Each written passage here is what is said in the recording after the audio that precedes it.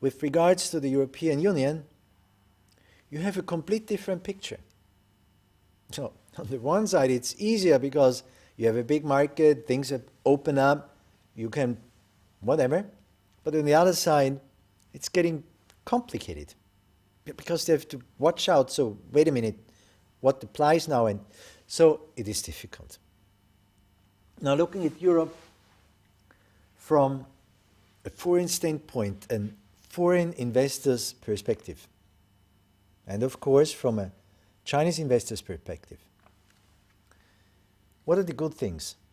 Of course, there's a lot. But some of the good things which very much are attractive to Chinese investors, Chinese entrepreneurs, are the follows. You have in the European Union, you have hardly any obstacles when it comes to approval processes. Here the European Union has done a lot over the last years. Unifying, making things easier. If you are in country A, going to country B, getting approvals from having an office here and having an operation there.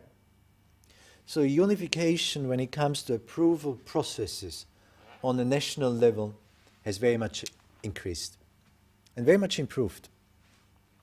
So making it much easier for companies setting up real business with a focus on the European market. So the interest and the idea of the European Union is that you don't, like in the past, just look at a national strategy with regards to Europe, but foreign investment coming into Europe should really be based on a European level. So the idea would be that attracting foreign investors should be a possibility to get into a huge market.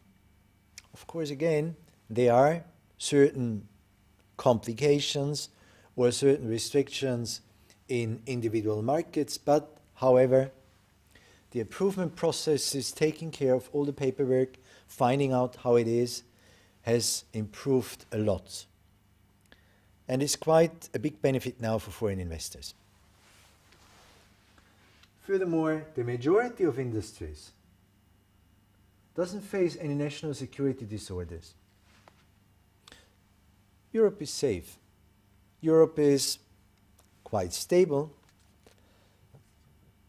Again, it might be in certain regions a little bit different from other regions, but overall there is no big risk of some bigger or minor security problems, of disorders in the European landscape. This is a catch, of course. The problem and the security situation in Europe very much has changed over the past years.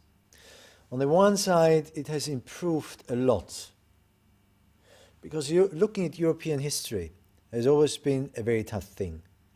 Europe has been split up through the wars. Europe had a very difficult time. Europe went through a lot of difficulties, had two big wars, which split Europe ultimately into two parts: Western Europe and Eastern Europe. Eastern Europe kept on dragging along a lot of problems after unification. There are still a lot of social problems in some parts of Eastern Europe, for example.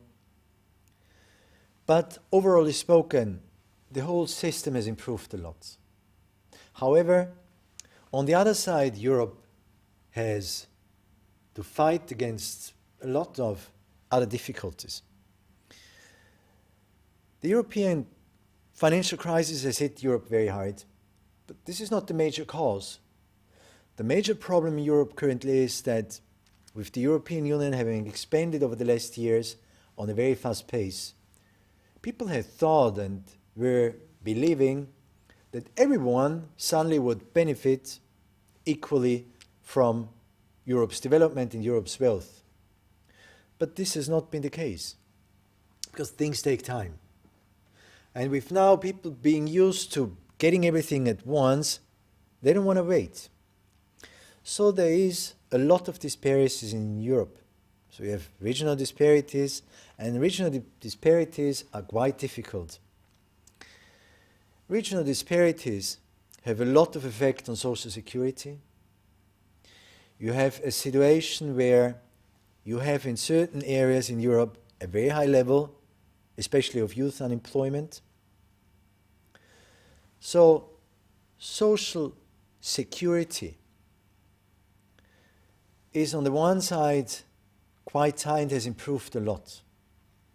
On the other side, the problem in Europe is that consisting of a variety of diverse nations which have been created in the process of historical development marked by 2 world wars led to a system of feeling of independency.